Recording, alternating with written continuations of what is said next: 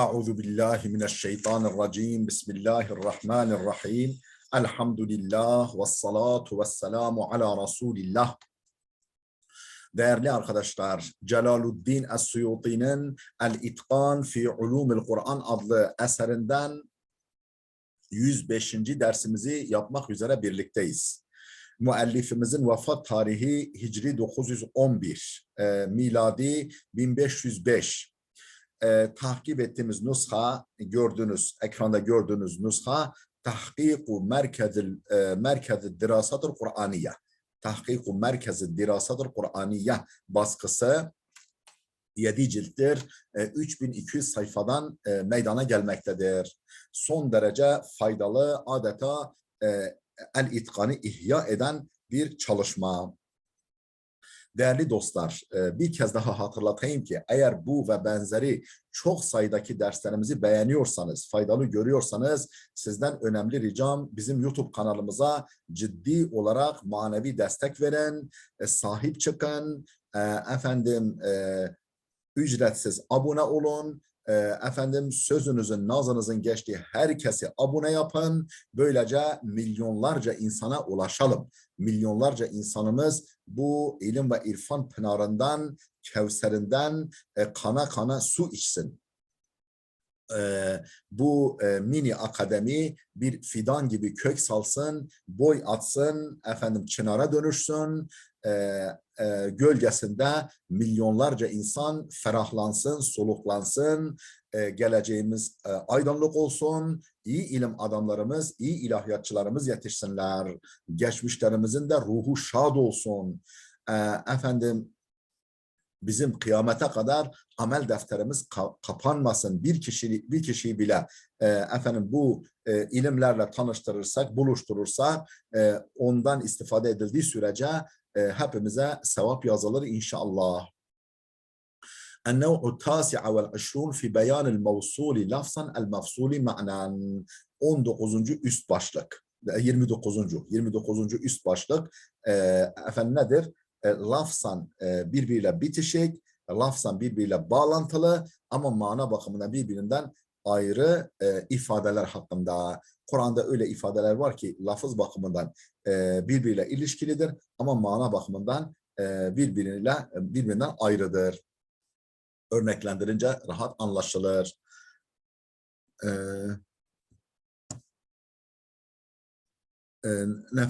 Burada okuyoruz. Huve nev'un muhimmun cedirun en yufrada bit tasnifi.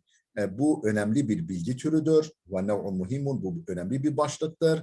Cedirun en yufrada bit tasnifi, müstakil eser yazılmaya layıktır. Yani hakkında müstakil bir eser yazılmaya, müstakil bir eser konusu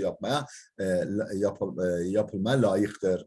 Ve huve aslun kebirun fil vakfi, bu vakıf konusunda, yani vakıf ve iktida konusunda önemli bir meseledir, yani önemli bir prensiptir. وَلِذَا جَعَلْتُهُ عَقِبَهُ, onun için hemen vakıf ve iktidanın peşinden buna yer verdim diyor Suyuti. وَلِذَا, bunun için جَعَلْتُهُ عَقِبَهُ, hemen onun peşinden, arkasından yer verdim. وَبِهَا يَحْصُلُ حَلُّ إِشْكَالَاتٍ وَكَشْفُ مُعْضِلَاتٍ كَثِيرَةٍ. وَبِهِ, bu bilgi türüyle, bu konuyu bilmekle يَحْصُلُ حَلُّ إِشْكَالَاتٍ, birçok problemlerin halli gerçekleşir ve keşfu mu'dilatin kethiratin, birçok kapalı noktaya ışık tutulmuş olur. Min zalike kavluhu Teala, bunun bir örneği şu ayet-i kerimedir. Estaizu billah, huvellezî halakakum min nefsin vahidetin ve ceale minha zavceha liyeskune ileyha.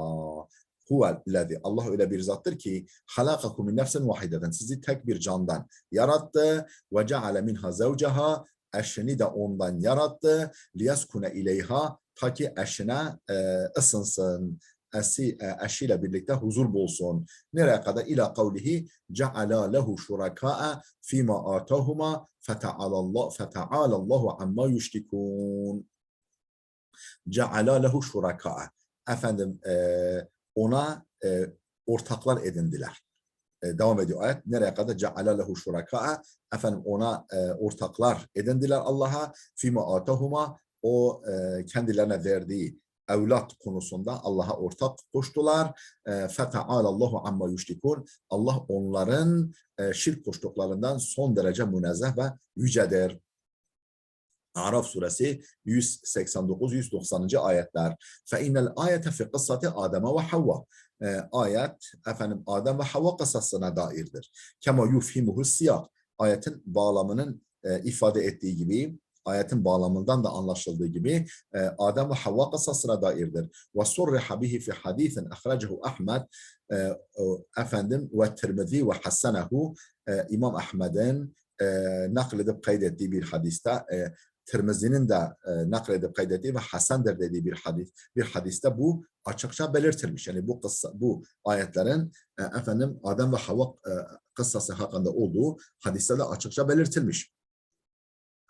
Vel hakim ve sahahahu, hakimin naklettiği ve sahihtir dediği min tariqil Hasan, Hasan-ı Basri tariqıyla an Samura bin Cündeb'den merfu olarak, Samura'dan merfu olarak peygambere dayandırılarak yani rivayet edilen bir hadiste bu açıkça belirtilmiş. Ve ahracehu İbn Abi Hatim ve gayruhu bi senedin sahihan an İbn Abbas. İbn Abi Hatim de sahih bir senetle İbn Abbas'tan nakletmiş. Lakinne ahirel ayeti muşkilu. Fakat ayetin o son kısmı, yani o ikinci parçası muşkildir. Yani biraz anlaşılması zordur. Haythu nesebe şirke ile Adem ve Havva. Yani zahirden anlaşılacağı gibi zahirden, yani ayetin zahirinden anlaşıldığına göre şirki Adem ve Havva'ya nispet ediyor. Sanki haşa Adem ve Havva Allah'a şirk koşmuşlar gibi. Oysa ki ve Ademu nebiyyun mukellemun. Adem bir peygamberdir. Allah'ın konuşmasına muhatap olmuş. Allah'ın kendisiyle konuştuğu bir peygamberdir. Vel enbiya'u ma'sumuna mineşşirki. Peygamberler şirkten masumdurlar, şirkten korunmuşlardır. Kable nübüvveti ve ba'daha icmaen. Hem peygamber olmadan önce hem peygamber olduktan sonra da şirkten masumdurlar, korunmuşlardır. İcmaen bütün ulemanın, bütün ümmetin ittifakıyla, görüş birliğiyle. Şimdi önceki sayfanın dipnotlarını da okuyalım. Bir nolu dipnot, unzur fununel efnan. Bu eserlere bakın, bu bilgi türüyle ilgili. Fununel efnan 365. sayfa. Cemal-el Kurra sayfa 635. El Burhan cilt 1 sayfa 146. 2 nolu dipnot fi mustadihi. Mustadında geçiyor bu zaten. Cilt 5 sayfa 11, hadis no 20.129 fi isnadihi Umar ibn İbrahim el-Abdi zayıfun. Bu hadisin senedinde Umar ibn İbrahim el-Abdi var. Bu zayıf bir zattır. Fi rivayetihi an Katada hasaten, özellikle Katada'dan yaptığı rivayetinde. Kema fit takrib. Takrib'de de geçtiği gibi sayfa 714 bir rakamı 4897 nolu hadiste. Vanzur el-ati vellezi ba'dehu. Bundan sonraki hadisin senedine ve daha sonrakine de bak diyor. 3 nolu dipnot. Fi sünenihi cilt 5 sayfa 160 Kitab-ı Tefsir ve min Suratul A'raf hadis no 3077 ve kâle demiştir ki bu eserin sahibi Hasanun garibun la na'rifuhu illa min hadisi Umar ibn İbrahim an Katada. Bu garip bir hadistir. Ancak Umar bin İbrahim min Katada'dan naklinden tanıyoruz. Başka da yok. Yani başka bir kanaldan da gelmiyor. Ve ravahu ba'duhum an Abdüssamat ve lem yerfa'a. Bazıları Abdüssamat'tan nakletmiş ama peygambere raf'an değil, peygamberden değil naklen. Ve eyda an sema'il hasene an samurata ve eyda fi sema'il hasene an samurata el khilafu fihi ma'rufun. Yani el-Hasan'ın Samura'dan yaptığı rivayette de bir hilaf var, bir ihtilaf var. Fihi ma'rufun, yani bilinen bir ihtilaf var. Fima ada hadise el-Akika. Akika hadisi hariç. Yani el-Hasan'ın Samura'dan yaptığı rivayette de ihtilaf var. Sadece ada hadise el-Akika. Akika hadisi hariç. Akika'ya ait hadis hariç. Ve kâle el-Hafız İbn-i Kathir fi tefsirihi cilt 3 sayfa 529 Hafız İbn Kesir tefsirinde بعد أن ساقه بإسناد أحمد وابن جرير والترمذي والحاكم وابن أبي حاتم وابن مردويه ومردويه.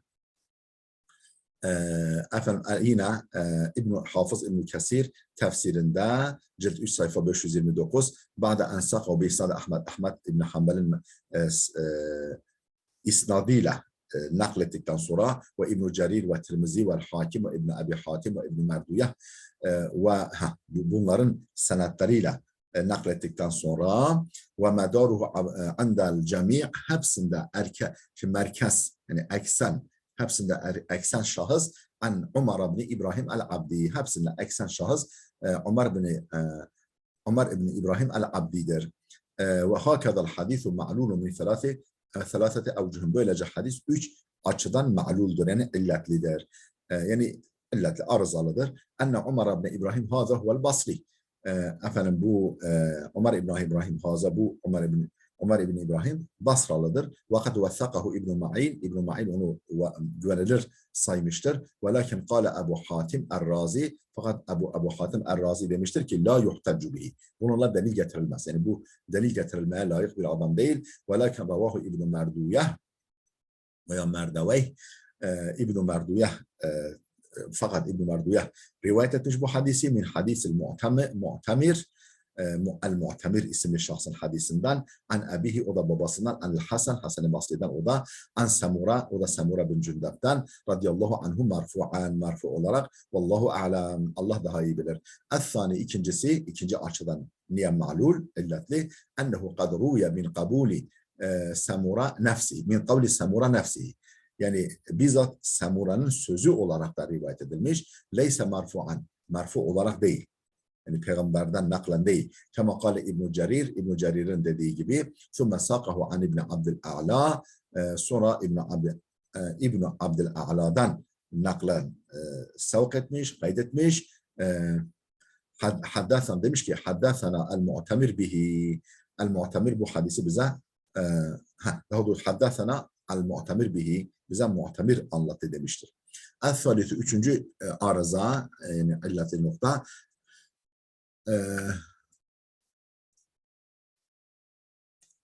El-Hasan nefsuhu fesserel ayete bi gayri hâda. Bizzat Hasan-ı Basri kendisi ayeti başka türlü tefsir etmiş. فَلَوْ كَانَ هَذَا عَنْدَهُ عَنْ سَمُورَةَ مَرْفُعًا eğer bu hadis onun nezdinde Samura'dan merfu olarak gelmiş olsaydı lema adala anhu. Böyle bu hadisi bırakıp başka yorumlar yapmazdı. İnteha kelamuhu efendim yukarıdaki yorumcunun kelamı bitti rahimahullahu teala ve da'afahu Şeyhul Albani fi Za'ifil Tirmizi. Şeyh El-Albani de bu hadisi Za'iful Tirmizi adlı eserinde zayıflıkla nitelemiş yani zayıf olduğunu söylemiş. Efendim sayfa 350 hadis 3077 ve keda fi silsile zayıfa yine aynı şekilde silsile zayıfa silsile zayıfa adlı eserinde efendim bir rakmi 342 sayısıyla rakamıyla efendim şimdi sayfamızı dipnotumuzu okuduk sayfamızı okuyalım. Vakat cerrah buraya kadar okumuştuk. Vakat cerrah zalike ba'dahum ila hamlil ayeti ala gayri Adem ve Havva.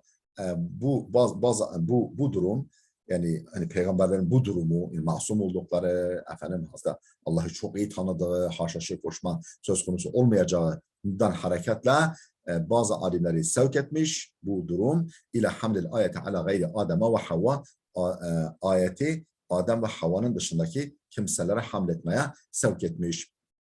Ve enneha fi raculin ve zevcetihi kana fi ehlil milal ve bu ayetin efendim diğer eski din mensuplarından birisinin bir adam ve eşi hakkında olduğu ve enneha fi raculin onlardan bahsettiği fi raculin ve zevcetihi kana fi ehlil milal ehlil milal yani başka din mensuplarından olan ve taadda ila ta'lilil hadisi vel hukmi bi nekaretihi ve bu hadisin ma'lul olduğuna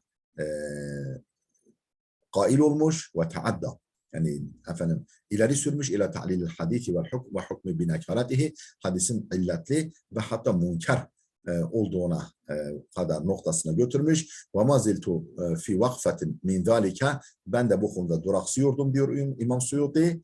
Ben de duraksıyordum, yine karar veremiyordum bu konuda. Hatta ra'aytu İbn Abi Hatim İbn Abi Hatim'in şöyle dediğini görünceye kadar.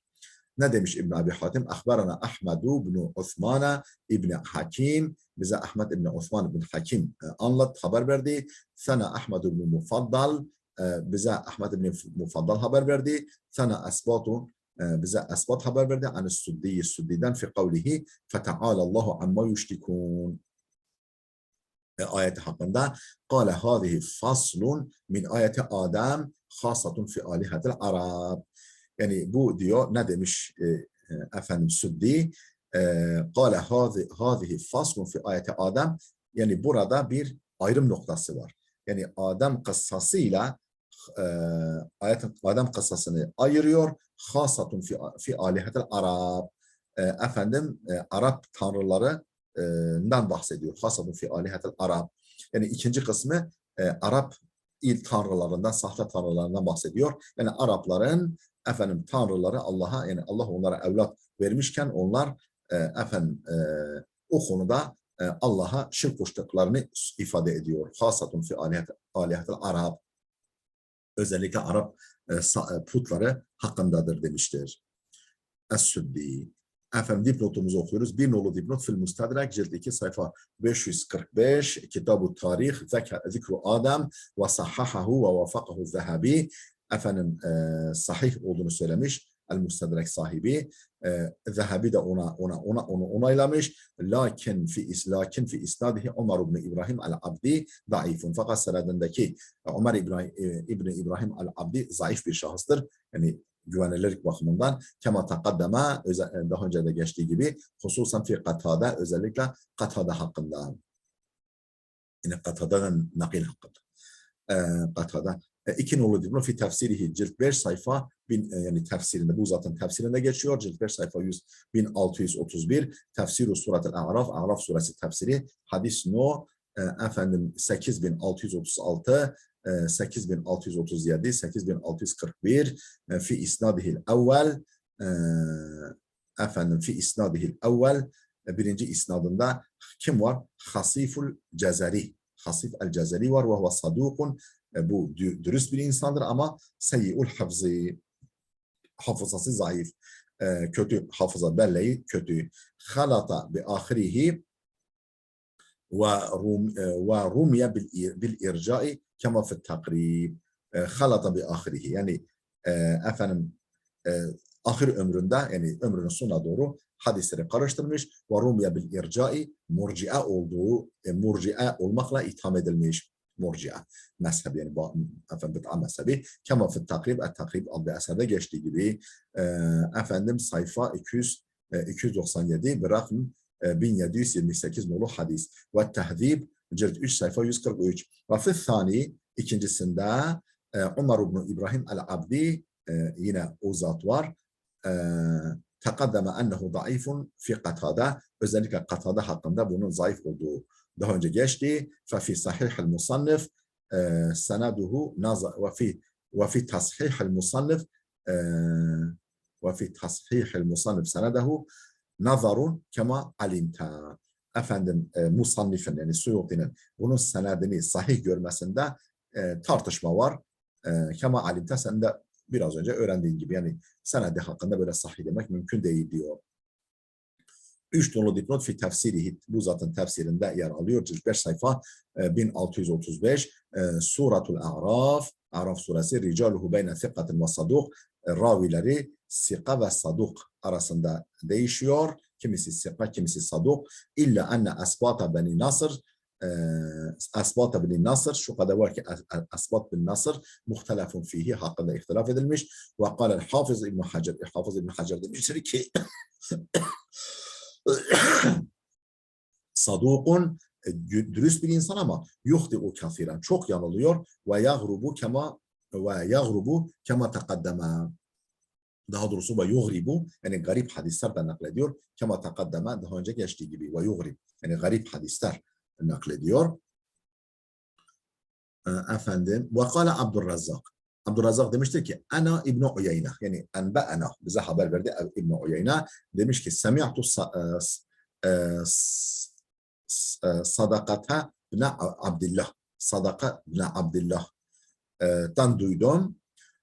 Bine Kathir, Bine Abdullah bin Kathir el-Mekki, bundan duydum ki yuhaddisu anis-Suddi'yi, Suddi'den naklederken kâle, dedi ki Suddi, hâzâ minel mevsulil mafsul, bu mevsul mafsul ayetlerdendir. Ne demek mevsul? Yani lafzan efendim öncesiyle bitişik ama mana bakımından farklı, kopuk, yani farklı. Ve kâle İbn Abi Hatim, İbn Abi Hatim demişti ki haddesena Ali ibn Hüseyin, bana Ali bin Hüseyin anlattı. Sana Muhammed bin Abi Hammad. O da diyor ki Muhammed bin Abi Hammad anlattı. Haddesena Mihran an Sufyan an Suddi. Efendim Mihran, o da diyor Mihran'dan, Mihran bize anlattı. O da Sufyan'dan, o da Suddi'den. An Abi Malik, o da Abi Malik'ten kâle. Hâzihi mafsulatun ata'ahu fil velad. Bu ayet mafsuldur. Ata'ahu fil velad, efendim evlat hakkında Allah'a itaat ettiler. Mafsuratu ata'ahu fil velad. Feta'alallahu amma yüşrikûn. Allah efendim onların şirk koştuklarından son derece yücedir. Hâzihi liqâmi Muhammed. Bu Muhammed'in kavmi hakkındadır. Yani Muhammed'in kavmi dediği Arap müşrikleri hakkındadır. Fenhallet anni hâzihil uqdatu. Ben diyor böyle tereddütteydim.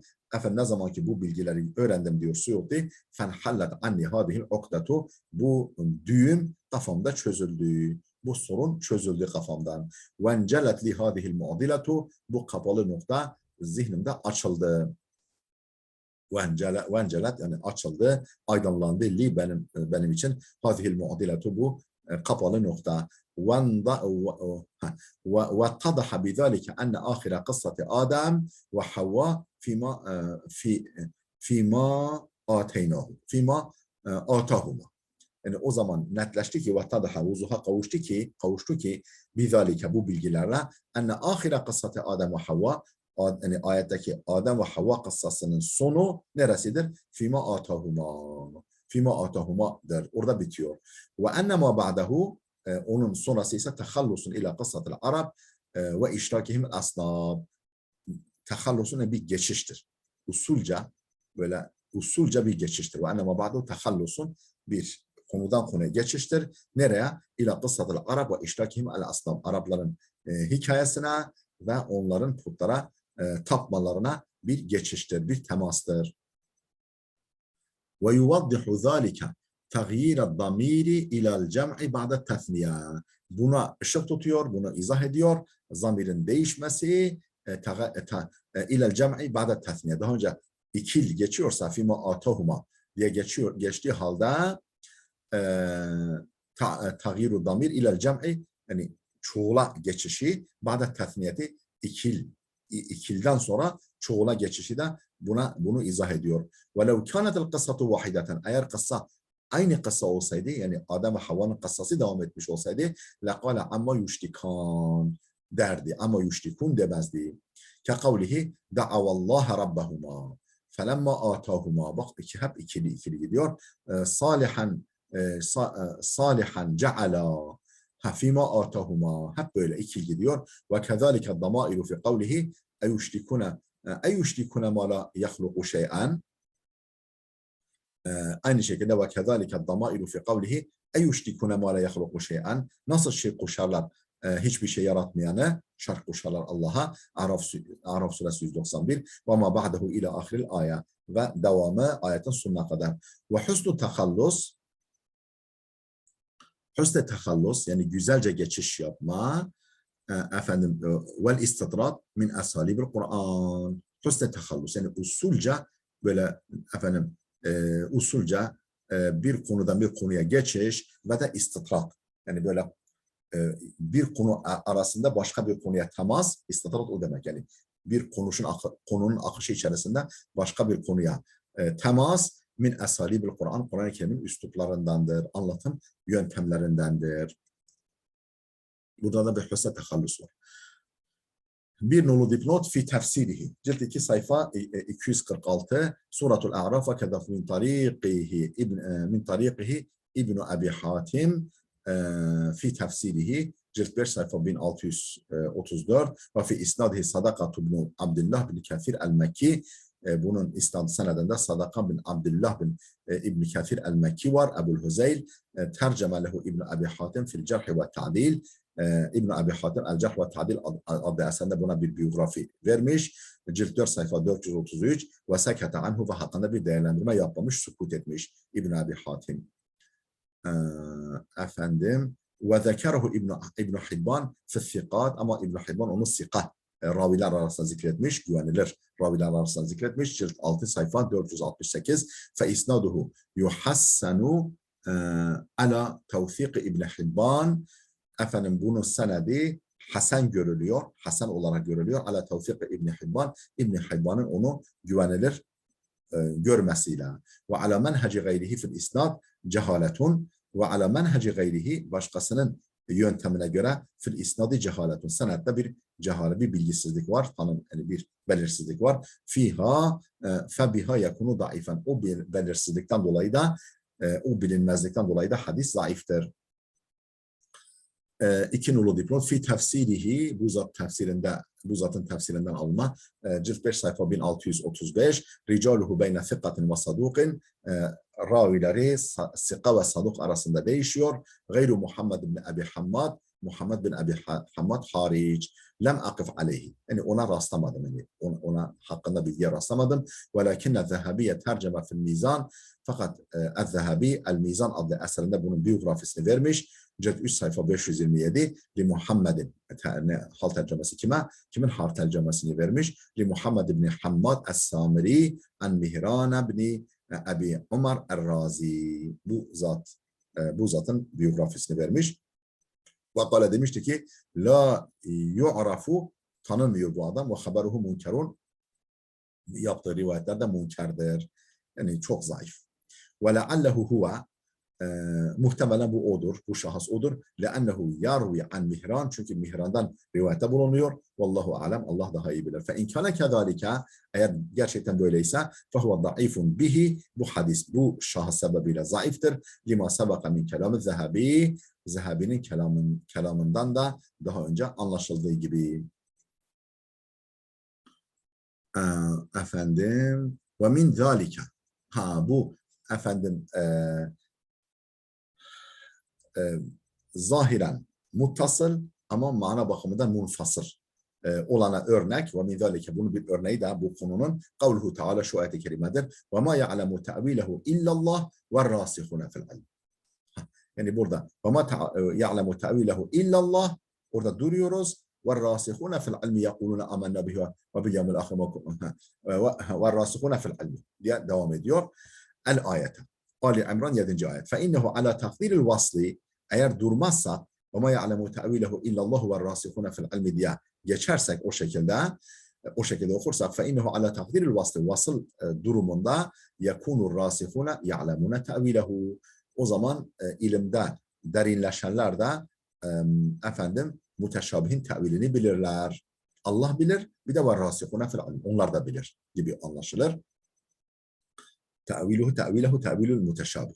Ve ala takdiril fasli ama ve ma ya'lemu tevilehu illallah diye durup sonrasıyla bağını koparırsak yani fasl yaparsak fasıl takdirine göre mana bir hilafihi onun tersine olur. Yani tevilini sadece Allah bilir. Öbürleri der ki biz iman ettik hepsi Rabbimizin katındandır derler ilimde derinleşenler. Ve kad ahraca İbn Abi Hatim an Abi Şa'sa ve Abi Nehik Abi Nehik efendim İbn Abi Hatim Abi Şa'sa'dan o da ve Abi Nehik'ten nakledip kaydetmiş ki kâle ikisi de şöyle demişler innekum tasilune hadil ayete siz bu ayeti vaslediyorsunuz yani ve ma ya'lemu ta'vilehu illallahu ve rasihune fil ilm diye okuyorsunuz oysa ki vehiye maktuatun aslında efendim ayrıdır. Yani illallah'ta durak var yani durulur. Ve yu'ayyidu zâlike kevnul ayeti dellet ala zammi muttabi'il muteşabih ve vasfihim bizzeyri. Bu gerçeğe delalet ediyor. bu gerçeği kuvvet teyit ediyor. Ve yu'eyyidu zâlike, bu gerçeği teyit ediyor. Kevnul ayeti dellet ala zammi muttabi'il muteşabih, efendim muteşabiha tabi olanları kınamaya delalet etmesi, ayetin efendim muteşabiha uyanları kınamaya delalet etmesi de bu görüşü destekliyor. Ve vasfihim bizzeygi, ve onları kalp eğriliğiyle nitelemesi de burada durak olduğunu gösteriyor. Yani orada durulması gerektiğini. Ama ya'lemu te'vilehu illallah da durulması gerektiğini teyit ediyor. Ve min zalike, yine bu konunun örneklerinden bir tanesi kavluhu Teala, şu ayet-i kerimedir. Ve izâ darabtum fil ardı feleyse aleykum cunahun en taksuru minas salavati in khiftum en yeftinekumüllezine kafaru. Ve izâ darabtum fil ardı, yani yeryüzünde efendim yolculuklara çıktığınızda feleyse aleykum cunahun, sizin için bir sakınca yok, en taksuru minas salati, namazı kısaltmanız. Yani demek ki 4 rekatlı namazları 2 kılmanız. Namazı kısaltmanız efendim de size sakınca yoktur. İn khiftum en yeftinekumullezine kafaru. Şayet o kafirlerin sizi fitneye düşüreceğinden, size zarar vereceğinden efendim çekiniyorsanız.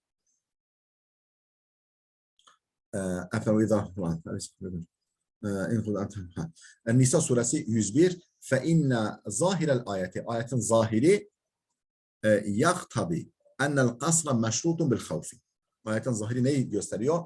Yaktabi ennel kasra meşrutun bil havfi. Yani namazı kısaltmanın korku şartına bağlı olduğunu gerektiriyor. Ayetin zahiri yaktabi ennel kasra meşrutun bil havfi. Yani namazın kısaltılmasının korku şartına bağlı olduğunu gerektiriyor.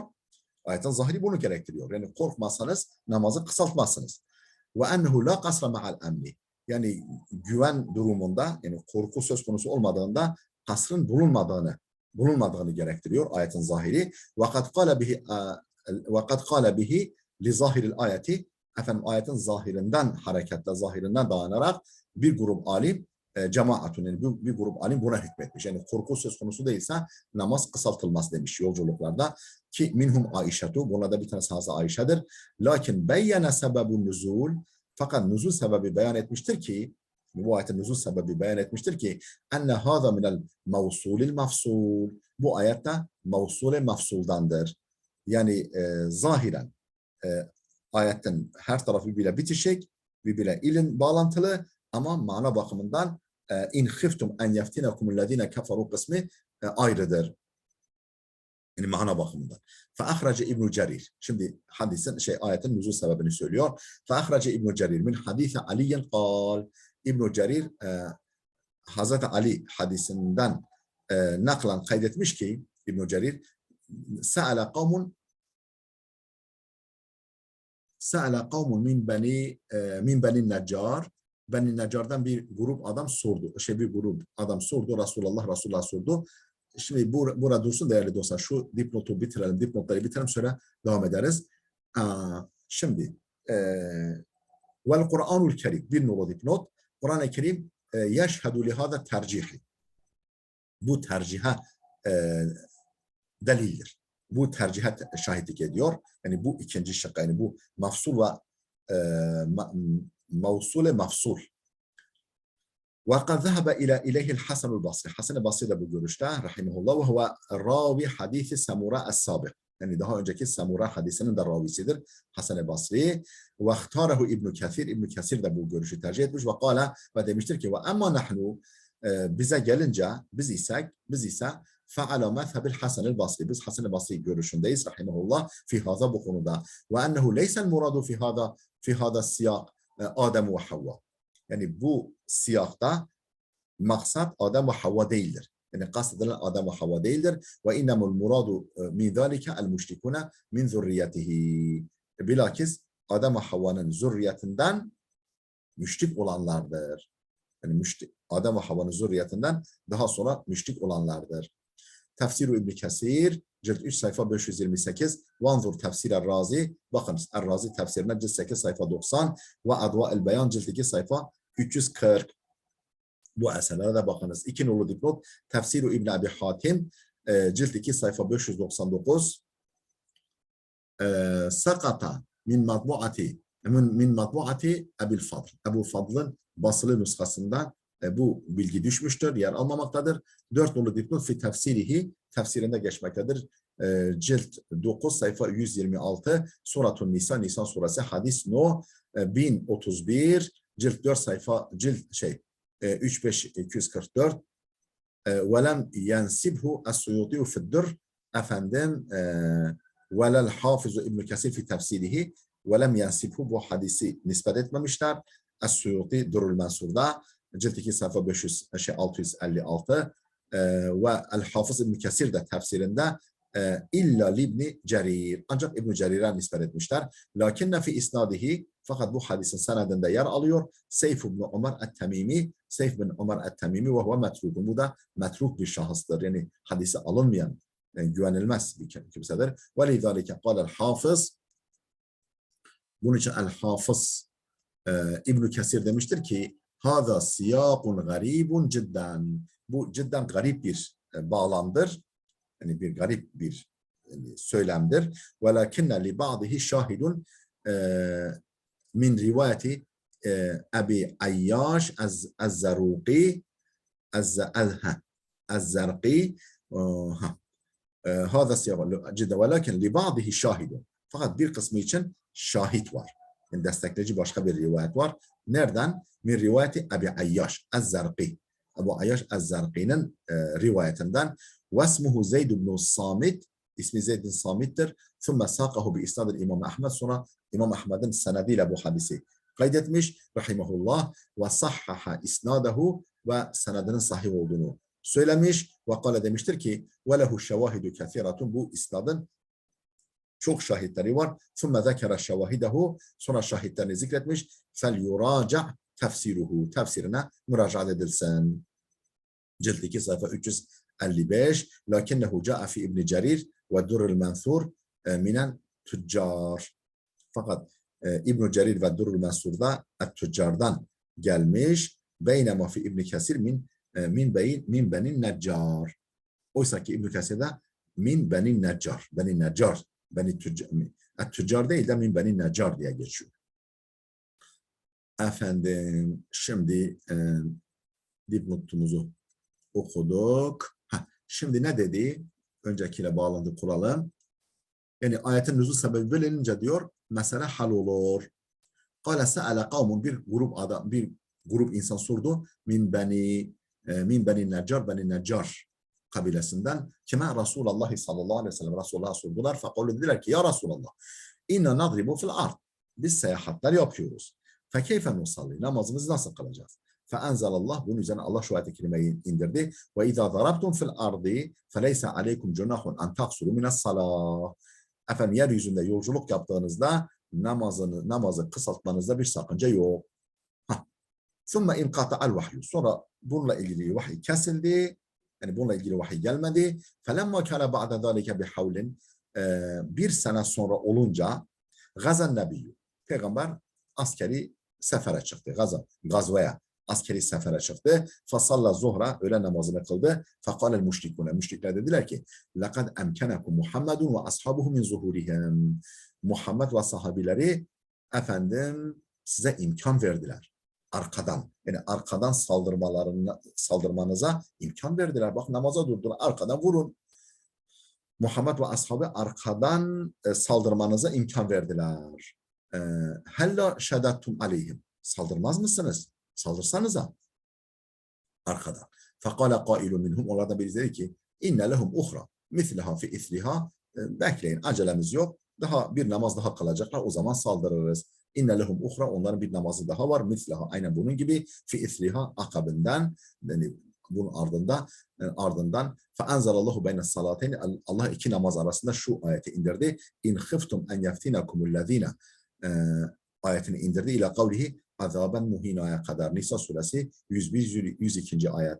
Fenezelet salatul havfi, işte korku namazı ile ilgili ayet burada geldi. Bu ayetler korku namazı hakkında ayet bununla geldi. Fetebeyyene bihadal hadis, bu hadiste net bir biçimde ortaya çıktı ki enne kavlehu in khiftum kaydi şartun fima ba'dehu.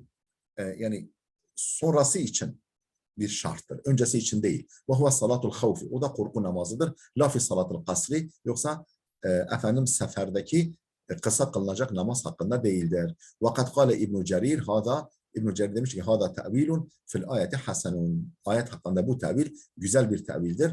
Ve lev lem tekun fil ayeti izâ. Eğer ayete izâ kelimesi olmasaydı. Efendim dipnotları bir nolu dipnotu okuyalım. Hâzâ fin nusah ve misluhu fi İbn Kesir. Bu nüshalarda böyle benzeri bir ifade İbn Kesir'de de geçiyor. Ama fi nushati İbn Cerir ve Durrul Mansur, İbn Cerir ve Tabari ve Durrul Mansur'un nüshalarında gelince fe minet tüccar ve huve akrabu ila savab. Bu yani tüccar doğruya daha yakındır. Le'ennehu vucida fil masdaril asil. Çünkü asıl kaynakta böyle yazılı bulunmuştur. Ve thaniyen ikincisi fe inne misle hâzâ suali böylesi sorular yeridu minet tüccar. Bir tüccardan gelebilir. Ticaret ehlinden gelebilir böyle bir soru. Likethreti seferihim ve hacetihim ileyhi. Çokça yolculuk yaptıklarından ve bu gibi açıklamalara ihtiyaç duyduklarından. 2 nolu dipnot Cami'ul Beyan cilt 4 sayfa 4-5 244 yani 4 ve 5. nüsha bir arada hadis yani sayfa 244 9. cilt 127. 3 nolu dipnot ve zâlike fi kavlihi ve izâ kunte fîhim. Ve izâ kunte. Bu hangi izâ? İşte ve izâ kunte fîhim. İdeki izâ. Ve hiyel ayetut taliye. Bu da müteakip ayettir. Sonraki ayettir. Yani 102. ayet. Kâle İbnül Feres. İbnül Feres demiştir ki ve yasihhu ma'a izâ ala ca'lil vavi zaideten. Yani izâ olsa da yine bu şekilde anlaşılabilir ama o zaman vavi zaide kabul edeceğiz. İzâ ala ca'lil vavi zaideten. Yani vav zaide kabul edilirse. O zaman izâ olsa da yine mana sahihtir. Kultu derim ki yani ve yakun, yani şöyle demek istiyor ve yakunu ma'a min i'tirâdı şartı ala şart. O zaman şartın şartla karşılanmasıdır. Ve yakunu min i'tirâdı şartı ala şart, yani şartın şartla karşılanmasıdır. Yani şartla kayıtlanıyor. Ve ahsenu minhu, bundan daha güzeli ise en tuc'ale izâ zaideten. Yani izayı zait kabul etmek, bundan daha güzeli izayı kendisi zait kabul etmek. Binaen ala kavli men yucizu ziyadeteha. İzayı yani izanın zait olduğunu kabul edenlere göre, izanın zait olduğunu caiz görenlere göre, yani iza ya zaman zaman zait adat olarak kullanılabilir diyenlere göre. Ve kâle İbnül Cevzi. İbnül Cevzi demiştir ki fi kitabihi en-nefis, en-nefis adlı kitabında ta'til arabu bi kelimetin ila canibi kelimetin ke'enneha ma'aha. Bazen Araplar bir kelimeyi bir kelimenin yanı başında getirirler, sanki onunla berabermiş gibi. Halbuki ve gayru muttasiletin biha. Oysa ki mana bakımından onunla bitişik değildir. Ve fil Kur'an, mesela Kur'an'da şöyle geçiyor. Yuridu en yukhrijakum min ardikum. Araf suresi 110. Hâzâ kavlul mele. Yani yuridu en yukhrijakum min ardikum. Sizi memleketinizden çıkarmak istiyor. Araf suresi 110. Hâzâ kavlul mele. Bu o mele, yani Firavun'un o bürokratlarının işte adamlarının sözü.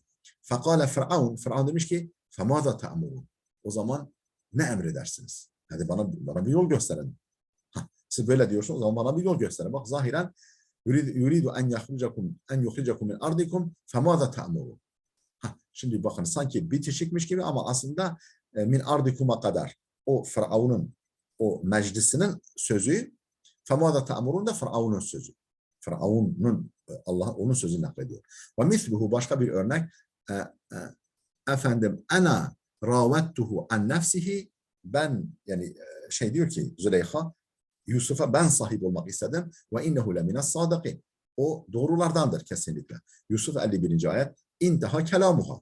Burada es-sadikin de Züleyha'nın sözü bitti. Fekale Yusuf dedi ki zâlike liya'leme enni lem ahulhu bil gayb. Bu böyledir gerçekten, ta ki benim efendim onun gıyabında hıyanet etmediğimi bilsin. ذَٰلِكَ لِيَعْلَمَ اَنِّي لَمْ اَخُوهُ بِالْغَيْبِ Bu efendimin yani Züleyha'nın kocasının efendim onun gıyabında ona hıyanet etmediğimi bilmesi içindir. Ve misluhu yani bakın sanki hep yani Züleyha'nın sözü gibi duruyor ama aslında oradan itibaren Yusuf devreye giriyor. Yusuf'un söze giriyor. Ve misluhu başka bir örnek innel muluke izâ dehalu qaryeten hükümdarlar bir memlekete girdiklerinde efseduha onu yerle bir ederler, ifsad ederler ve cealu a'izzete ehliha azilla efendim ahalisinin azizlerini zelil ederler. Yani ayağı baş yaparlar. Neml suresi 34. Haza muntaha kavliha burada ezilleten da Belkıs'ın sözü bitiyor. Fekale Teala Allah da araya yani efendim noktayı koyuyor ve kezalike yef'alun evet öyle yapıyorlar hükümdarlar buyuruyor. Yani zahiren mevsul ama aslında mefsul. Efendim dipnotlarımız vardı.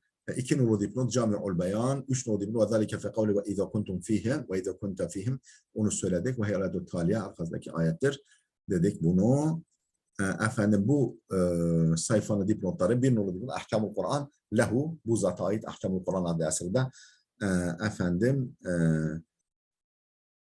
geçiyoruz. 2 nolu dipnot min kavlihi ve izâ kunta 3 nolu dipnot eşşartul evvel birinci şart in khiftum. Yani 2 şart dedik ya şartın şartı. Yani şartla kayıt altına alınıyor demiştik. Birinci şart in khiftum. Ve şartul thani izâ kunta. Yani ikinci şart da izâ kunta'dır. Ve hâzâ nahvu bu şuna benzer. İn ca'ani amrun izâ kana ma'ahu zeydun Amr bana gelirse Zeyd de onunla beraber ise Amr bana gelirse ama Zeyd de onunla beraber olduğunda yani İsa ekremtuhu ona ikram ederim. Yani Zeyd Amr tek başına değil de Amr bana gelse yanında da Zeyd varsa ekremtuhu ona ikram edeceğim. Ve huvel bitti. Yani bunun gibi işte şartla karşılanması buna örnektir.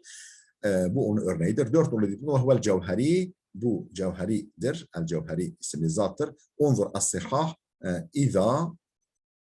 İza maddesine cilt 6 sayfa 2543 ve savab doğrusu ennel ayeten saniyete ikinci ayet ve izâ kunte fîhim müste'nefet. Yani ikinci ayet müste'nefedir. Yani yeni bir ifadedir. Vel hadîthu la yasahhu bihâda siyâkillezî zekerehu'l musannif.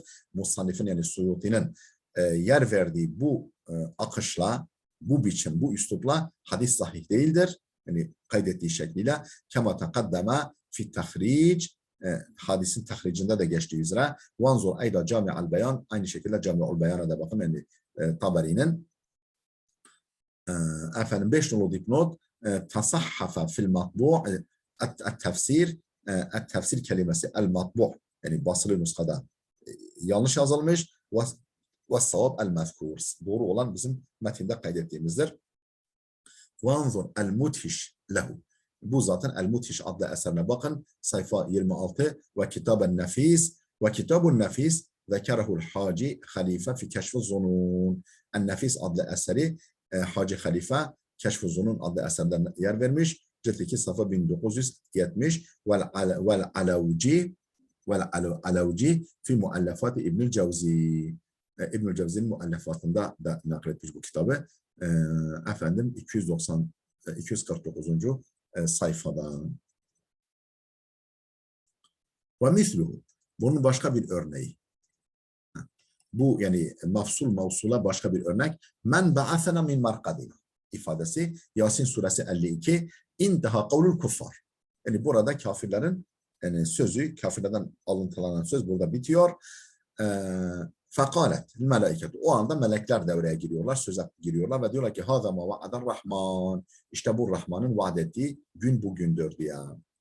Ve ahrece İbn Abi Hatim İbn Abi Hatim nakledip kaydetmiş an Katada'dan bu ayet-i kerimede kâle. İbn Abi Hatim demiştir ki ayetun min kitabillah Allah'ın kitabında bir ayet var ki evveluha ehlud dalale baş tarafı ehl-i dalalet söylüyor ve ahiruha ehlül huda. Sonu ise ehli hidayet söylüyor. Nasıldı? قَالُوا يَا وَيْلَنَا مَنْ بَعَثَنَا مِنْ مَرْقَدِنَا. Buraya kadar ehl-i dalalet söylüyor. Yasin 52. هَذَا قَوْلُ اَهْلِ النِّفَاق. Bu o mahşerden yani yeni dirilenlerin sözü. وَقَالَ اَهْلُ الْهُدَى حِينَ بُعِثُوا. O ehl-i hidayet ise diriltildikleri zaman min kuburihim kabirlerinden hâzâ mâ va'adar rahmanu ve sadakal bursalûn. Bu Rahman'ın vaad ettiğiymiş. Efendim elçiler doğru söylemişler. Yasin suresi 52. Ve ahraca an Mücahid fi kavlihi. Efendim şu ayet-i kerime hakkında Mücahid'den şöyle nakledilip kaydedilmiş. Ve ma yuş'irukum enneha izâ câet la yu'minûn. Efendim En'am 109. Kâle ve mâ yudrikum ennehum yu'minûne izâ câet. Efendim nereden bilirsiniz? Efendim onlara geldiğinde iman edecekler. Nereden bilirsiniz? ثُمَّ اسْتَقْبَلَ yuhbiru. Sonra efendim devamında bunu haber verdi. Fakale buyurdu ki inneha izâ câet la yu'minûn. Yani iman edip etmeyecek nereden bilirsiniz? Ona sonra cevap geldi. Fakale inneha izâ câet la yu'minûn. Onlara geldiğinde onlar iman etmezler. Dipnotumuzu da okuyalım. Bu bölümü bitirelim. Bir nolu dipnot fil kısmil mefkud min tefsirihi. Tefsirinin kaybolmuş kısmında ve azahul musannifu lehu fi'd-dur. El-musannif Ed-Durrul Mansur adlı eserinde bu hadisi ona nispet etmiş. Cilt 7 63 sayfa 60 Suratu Yasin ve li Abdurrazzak ve Abd ibn Humeyd ve İbnül Munzir. Abdurrazzak, Abd ibn Humeyd ve İbnül Munzir'den İbnül Munzir'e isnad etmiş hadisi. Ve ravahu Abdurrazzak fi tefsirihi cilt 2 sayfa 144-145 an Ma'mar an Qatada bihi, bu senetla Ma'mar'dan, o da Qatada'dan ve isnaduhu sahihun, senedi sahihtir, ricaluhu fiqatun, ravileri güvenilirdir. İki nolu dipnot ey İbn Abi Hatim fi tefsiri. Yani İbn Abi Hatim tefsirinde cilt 4 sayfa 1368 Suratul En'am isnaduhu hasan. En'am suresinden senedi hasendir. Ricaluhu beyne fikatin ve saduk. Ravileri sika ve saduk arasında değişiyor. Kimisi sika, kimisi saduk. 3 nolu dipnot. Kara İbn Kesir ve Ebu Amr. İbn Kesir ve Ebu Amr okumuşlar ve Yakub ve Halef el-Aşir ve Şu'be, Halef el-Aşir ve Şu'be bi khilafin anhu. Efendim ve Şu'be bi khilafin anhu bi kesri hamze. İnneha diye okumuşlar. Yani farklı bir biçimde, farklı bir. Vel baquna bi fethiha. Diğerleri enneha diye okumuşlar. Ve huvel veçhu thani li Şu'be. Bu da Şu'be'nin ikinci veçhidir. Yani Şu'be'nin iki farklı rivayet geliyor. Bu efendim Şu'be'nin ikinci veçhidir. Unzur el-İkna cilt 2 sayfa 642 ve Neşr cilt 2 sayfa 261. 4 dolu dipnot İbn Abi Hatim. İbn Abi Hatim ve ma yudrikum ennekum tu'minuna iza ca'athum thumma. İbn Abi Hatim de böyle geçiyor. Ve ma yudrikum ennekum tu'minuna iza ca'athum thumma diye geçiyor. Değerli dostlar, video burada dursun. Videomuz oldukça uzadı. Gelecek dersimize kadar Allah'a emanet olun.